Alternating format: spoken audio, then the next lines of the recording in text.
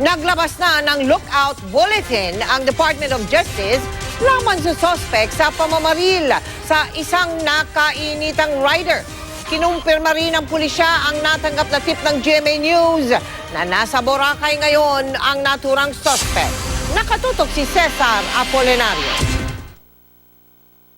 Isang Facebook user ang nagpadala sa akin ng mga litratong ito kagabi sa pamamagitan ng Facebook Messenger. Ang isang litrato may caption na, "Alam ko kung nasaan si Fredison Ong." Ang tinutukoy niya, si Fredison Ong Atienza, ang 46 na taong gulang na poker player na suspect sa pamamaril at pagkakapatay sa motorcycle rider na si Anthony Mendoza dahil sa away trapiko noong Sabado. Ipinakita namin kay Quezon City Police Chief Superintendent Guillermo Eleazar ang mga litrato. Si Atienza ng araw ang nasa litrato at tila ang ilan kuha sa Boracay.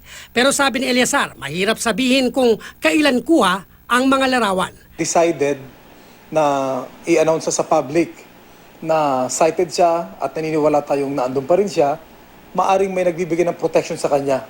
They are harboring this suspect in that island. So maaring palipat-lipat siya doon. Pinaghahanap na si Atienza sa investigasyon ng QCPD. Linggo ng tanghali noong February 26, tumulak si Atienza mula Naiya papuntang Katiklan.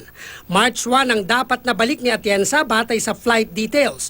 Noong Lunes, nakakuha ng impormasyon ng QCPD na nakita si Atienza sa Boracay at naka-check-in sa isang hotel. Regular na bisita raw sa naturang hotel si Atienza ayon sa Boracay Police. Lumipat na raw ng hotel si Atienza pero nasa Boracay pa rin. Hindi sumipot kahapon sa flight niya pa Maynila si Atienza.